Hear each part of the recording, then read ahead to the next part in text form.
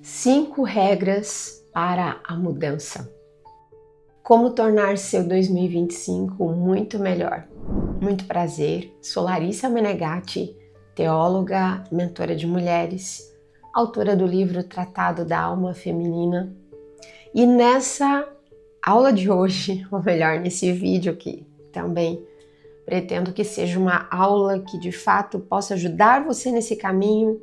Eu quero te mostrar 5 regras preciosas para que você entenda como mudar de verdade a sua vida e você olhar ao final do próximo ano e ver de fato progresso, e ver de fato mudança, e ver de fato transformação. Vou trazer isso baseada não só na minha experiência, mas também na consulta a tantos autores renomados e principalmente na Sagrada Sabedoria da Escritura, da Sagrada Escritura e também na vida de tantos santos e santas que nos ensinam esse caminho seguro de uma verdadeira mudança que nós chamamos de conversão. Exatamente. Quantas histórias maravilhosas de conversão. Eu vou trazer pontos para isso. Não quero que você se esqueça de um elemento que é primordial na vida espiritual, que é a graça de Deus. Ela está presente, a graça divina. Só que a graça de Deus, ela nunca atua sozinha. Quando nós vamos ver os milagres de nosso Senhor Jesus Cristo na Sagrada Escritura, nós vamos ver que para ressuscitar Lázaro, que já estava morto há 4 dias, Jesus não faz esse milagre sozinho. É Ele sim que realiza o milagre, mas Ele sempre espera que algo nós nos empenhemos, nós nos comprometemos a fazer.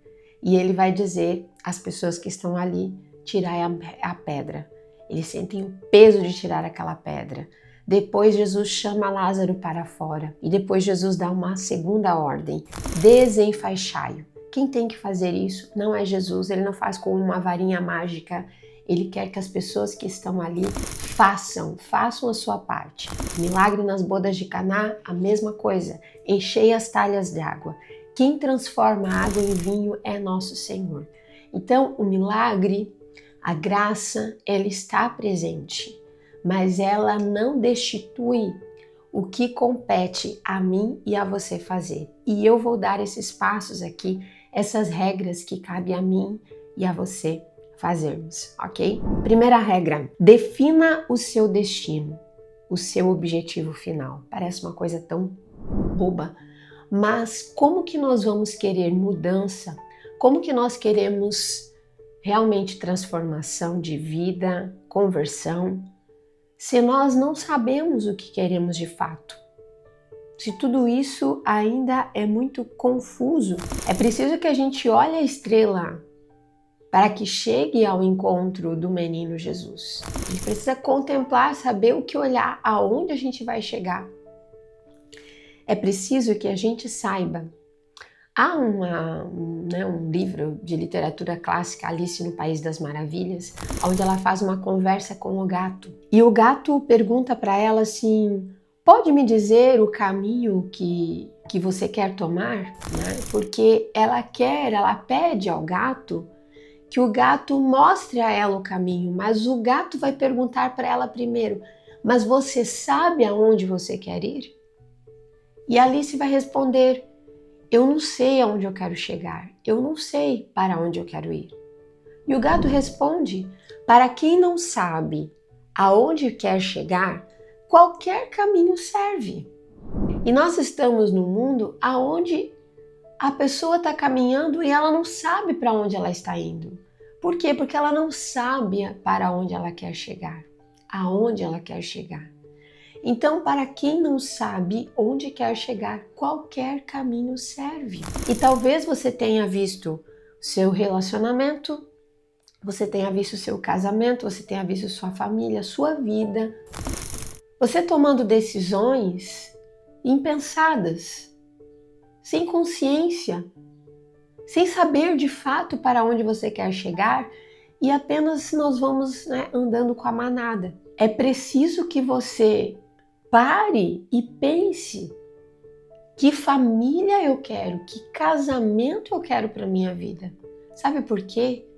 Esse saber onde quer chegar vai levar você para a segunda regra, o segundo passo, que é você entender que não se chega nesse lugar que você quer chegar voando, mas dando passos. Parece uma coisa tola também, né? Mais uma vez, são coisas tão claras, tão óbvias, mas a gente se esquece do óbvio. A gente fica atrás de novidades, a gente fica atrás de enfeites e se esquece dos elementos centrais, fundamentais, o que vai dar fundamento para essa mudança de fato acontecer. Então, atente-se agora a essa segunda regra. Se a primeira é você definir, saber, ter clareza dos seus objetivos, de onde você quer chegar, e aqui eu digo não só de resultados financeiros, econômicos, eu digo sobre tudo. A vida espiritual, eu desejo santidade, né? Eu desejo ser bom. De que maneira, né? Então, assim, definir isso para que você possa dar agora esse segundo passo. Você não vai chegar nesse lugar voando. Não se chega nesse lugar dando um clique. A nossa vida ainda é artesanal.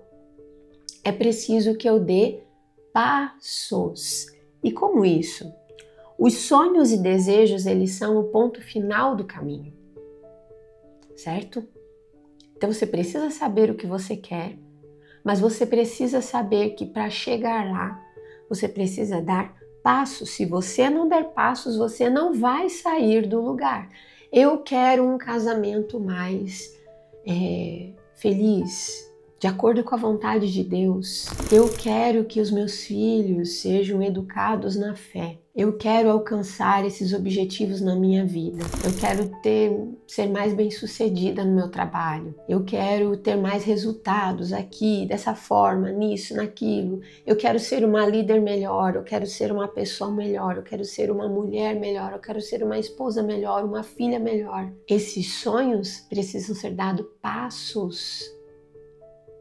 Um a um. Então eu preciso definir, além do objetivo final, as pequenas metas diárias e concretas que vão me levar nesse lugar, porque senão eu não vou sair do lugar.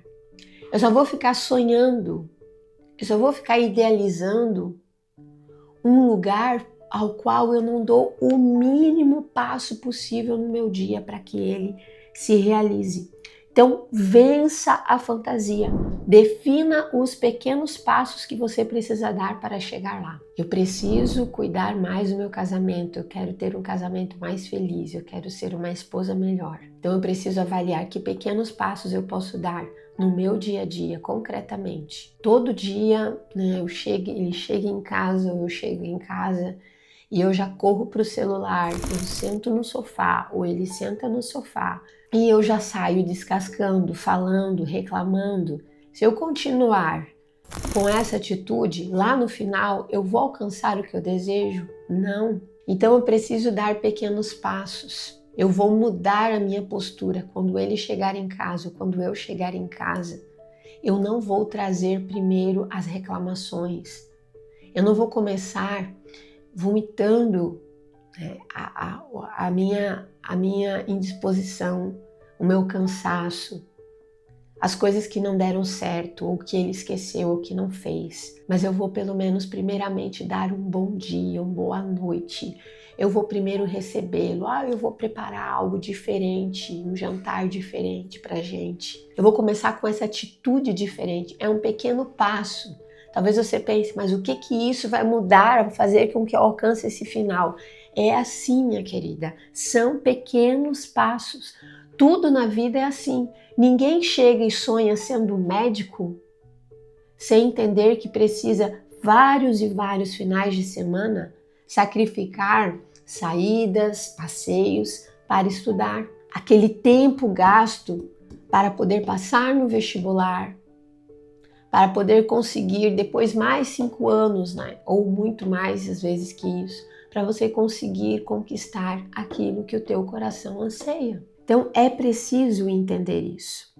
E aí eu vou para o terceiro passo, a terceira regra da verdadeira mudança. aprenda a correr maratonas. Por que muitas vezes a gente começa com propósitos e vários propósitos, ou somente sonhos, né? A pessoa nem pensa nos passos que vai dar. Eu quero ser uma pessoa melhor, quero ter uma vida melhor, quero isso, quero aquilo, e começa assim, aí a pessoa começa às vezes engrenando com 100 metros rasos, assim, e aí falta fôlego. No final do mês de janeiro, fevereiro, vai já perdendo gás, porque a vida é uma maratona. Você precisa aprender a correr maratonas e não a ficar o tempo todo querendo correr.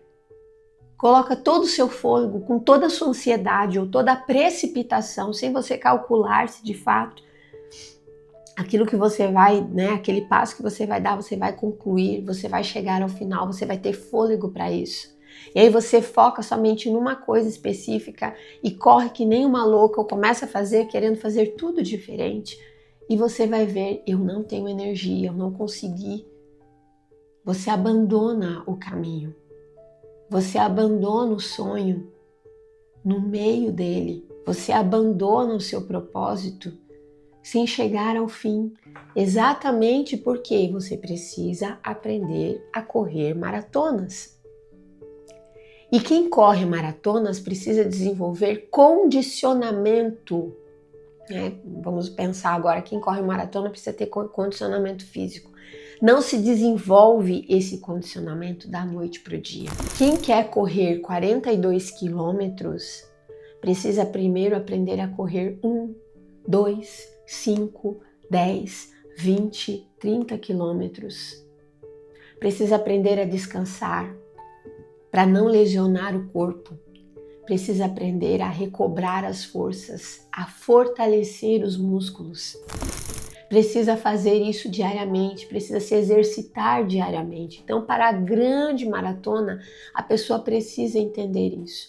A vida é uma maratona. Os nossos sonhos, os nossos grandes sonhos, os nossos grandes projetos, eles precisam ter esse condicionamento interior. Você precisa desenvolver essa musculatura interior. E para isso, para que a gente desenvolva a constância, porque a maioria dos fracassos na nossa vida interior, espiritual e na nossa vida como um todo, nos nossos relacionamentos, nas questões também de sucesso, às vezes até financeiro, material, ou de um trabalho, de estudos, estão sempre implicados uma constância. Você não desenvolve esse condicionamento interior sem colocar-se, sem exercitar-se, sem fortalecer os músculos. E aí como é que você faz? Você precisa fortalecer os músculos. Ninguém entra levantando 20 quilos numa academia. Comece erguendo 1 quilo todo santo dia. Se daqui a um mês, se daqui a um ano você quer carregar 20 quilos, você precisa começar carregando 1 quilo, depois de um mês 2 quilos, mais um mês e assim progressivamente. Não há segredo, não há varinha mágica se você não entender isso. Daqui a um ano você vai olhar para trás e vai ver de novo que os seus sonhos se evaporaram. Exatamente porque lhe faltou esse entendimento, esse condicionamento, para que você pudesse entender e correr a maratona e não apenas correr igual uma louca 100 metros rasos e de repente abandonar no meio do caminho e ver que o destino ainda não chegou. Quarta regra: coloque mais força na ação que nas palavras. Talvez você já tenha ouvido pessoas falarem assim, né? Que quando você tiver um sonho, um projeto, né? Ele ainda está sendo construído na sua vida, você ainda está fazendo, realizando, se dedicando a ele, que você evite falar dele. Eu não creio no sentido assim, né? Que a inveja do outro vai corroer, né? O seu desejo. Porque eu falei. Não é exatamente isso. É que você vai colocar muita energia nessas palavras. Você coloca muita energia falando e pouca energia, pouco empenho fazendo. Essa é a verdade. eu preciso fazer. Então o tempo que eu gasto, sabe, falando com a fulana, ciclana, contando isso, contando aquilo, esse tempo que você está toda hora só prometendo, dizendo que você vai fazer o que vai ser, você está minando a sua força, o seu comprometimento, o seu empenho em de fato fazer. Gente, isso é bíblico. Nosso Senhor, inclusive, para a gente entender isso também na nossa vida espiritual. Nosso Senhor vai dizer, não adianta dizer, né? Nem todo aquele que me diz Senhor, Senhor, entrará no reino dos céus, mas aquele que faz a vontade do meu Pai que está nos céus. Então, várias vezes Jesus vai mostrar o segredo está em agir, fazer, realizar essa vontade e não em ficar falando. É o risco que nós temos de falar de Deus e não falarmos com Deus, e não ouvirmos a Deus, e não realizarmos a sua vontade. Então perceba, né, nesse equilíbrio, nessa balança, se você não está colocando peso demais em palavras, em promessas, em discursos, e esse tempo que você está gastando com isso, você não está pensando em fazer, executando, realizando, colocando de fato a força onde de fato vai fazer a diferença. Então, o silêncio, ele não é para você ficar muda. Não é que não pode falar, mas é para você aprender a colocar força onde deve ser colocada, na ação, na realização dessa vontade, porque é aí que demanda uma força maior. Por isso, saber silenciar, não assim para o nada, mas esse silêncio você concentra a intenção do seu propósito, do seu coração. E você começa a colocar força em ações, executando, fazendo de fato. Acontece que esses passos talvez fica tão longe, tão distante ainda o objetivo a alcançar, que você queira ficar falando dele. Só que não é isso que te faz andar e caminhar. É de fato dar passo a passo, piano piano, como dizem os italianos, né? É pouco a pouco que você vai vendo o caminho se encurtar entre o teu desejo, entre o sonho que você tem, entre os propósitos que você tem em mente e aquilo que você precisa dia a dia após dia executar. Por fim, quero lhe dar uma última regra. Domine o seu maior inimigo. Que inimigo é esse, Larissa? É o nosso ego. O nosso maior inimigo não está fora de nós. Às vezes nós tendemos a dizer que a culpa, a razão de não termos feito o que gostaríamos, de que os nossos insucessos, os nossos fracassos ou aquilo que não conseguimos alcançar ainda está por conta de alguém fora da gente, de coisas.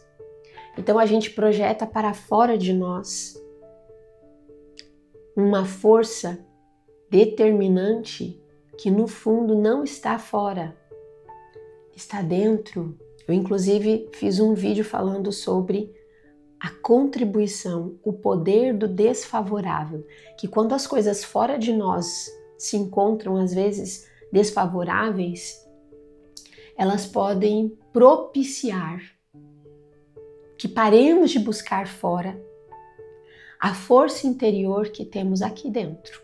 Porque essa é a força determinante, transformadora. Então é preciso dominar o nosso ego. O nosso ego não é o nosso verdadeiro eu.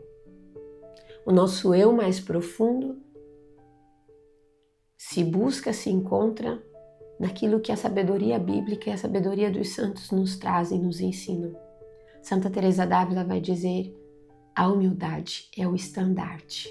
Ela não diz isso, né? Mas nos escritos dela, né, pelos estudos que eu já fiz, ela bate sempre nessa tecla. É como se a humildade fosse uma bandeira, um estandarte que abre as moradas do nosso castelo interior. do nosso progresso interior, do nosso amadurecimento, do nosso crescimento espiritual. E isso vale para a nossa vida como um todo. E o que é humildade? Vai dizer ela, vai dizer Santo Agostinho, a humildade é andar na verdade. A humildade é a verdade. Mas aí a gente colide com o que você talvez tenha ouvido de mais comum. Pareça ser.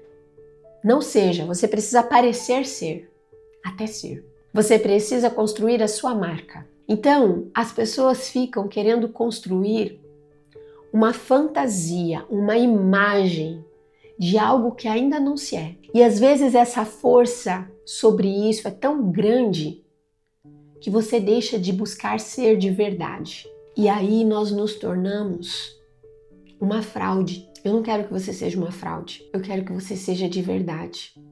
É preciso então dominar o nosso próprio ego. É preciso então que para dominá-lo busquemos a humildade. A humildade, não estou falando aqui para você ficar com a cabecinha torta e dizer eu não sou nada, eu não sei nada. Não é isso. A humildade é andar na verdade. A verdade, ela está dita, ela é revelada, ela é uma pessoa que é Cristo, que nos revela a verdade de quem nós somos. Não somos deuses, somos criatura, somos filhos de Deus. Nos agarremos a essa filiação divina, mas reconheçamos quem é de fato poderoso, quem é grande, quem é Deus. E não queiramos ocupar esse lugar dentro de nós, no nosso trono interior, e nem na vida de ninguém ou das pessoas. Não queiramos esse lugar que cabe somente a Deus. A nossa vida é para que possa honrá-lo e dignificá-lo, sim, mas não querermos ocupar esse lugar. Isso é humildade. Essa é a verdade. Ele é Deus, nós não somos. Mas somos seus filhos, e Ele derramou seu sangue e temos um valor imensurável aos seus olhos. E precisamos honrar isso com a nossa vida. Então, tomar consciência disso. Né? Há um livro que eu tenho lido, ele não é um livro espiritual, é um livro que inclusive fala como alcançar o sucesso, mas de uma maneira muito diferente do que a gente habitualmente costuma pensar, né? Que se alcança o sucesso. E ele vai dizer que o ego é o nosso grande inimigo. E ele fala como dominar o nosso maior, nosso pior, né, adversário. E existem dois tipos que podem nos derrubar. Talvez você pense que o ego seja somente um, e aqui eu vou dizer, ele fala de dois alto-falantes, é como se um ouvido ouvisse algo e o outro é outro. Pode ser que no ouvido esquerdo você escute, olha só, o seu ouvido, né, o alto-falante esquerdo, você veja, tocarão raps de autodesprezo, as listas de todas as coisas que você não faz bem, de todos os erros que cometeu hoje ao longo de toda a vida, as dúvidas, a certeza de que tudo que você toca, né, vira, aqui ele vai falar, né, vira merda, ou seja, estraga, sabe? Que você não se dá bem em relacionamentos, que é uma fraude em todos os aspectos, incapaz de ter amor próprio, que não tem talento ou ideias criativas e assim por diante. Então, esse é o alto-falante esquerdo, autodepreciativo. É o ego, porque não é a verdade. Mas existe um outro alto-falante que às vezes para algumas pessoas ele soa mais alto, o alto-falante direito, interno, que diz: sairá como um fluxo contínuo de admiração por si mesmo, a declamação de tudo que você tem de mais especial, de quão mais aberto, dotada, brilhante, instruída, mal compreendido e humilde você é. Então é aquele alto-falante que você fica, né, diante de uma plateia interna aplaudindo você o tempo inteiro, dizendo: "Oh, como você é maravilhosa". E às vezes você fica fascinada por esse discurso que tenta matar a verdade de que nem sempre somos assim tão maravilhosas. Que nem sempre fazemos, né, somos merecedores de admiração, de aplausos, que muitas vezes temos que bater no peito e assumir a nossa culpa, de que erramos, nos equivocamos, tratamos mal alguém que não deveria ser tratado assim, falamos o que não deveríamos ter falado. E então a verdade é que nós podemos ser vítimas tanto dessa narrativa positiva ou dessa outra narrativa que eu disse antes, negativa. Ambas são fruto de um ego, de um olhar autocentrado, de uma autorreferência. E o problema é que isso não prejudica somente a visão que você tem de si mesmo, mas isso prejudica a visão que você tem a respeito do outro, a respeito da vida, do mundo ao seu redor. O seu olhar para a realidade fica ofuscado. Ele não tem a clareza, a limpidez da verdade.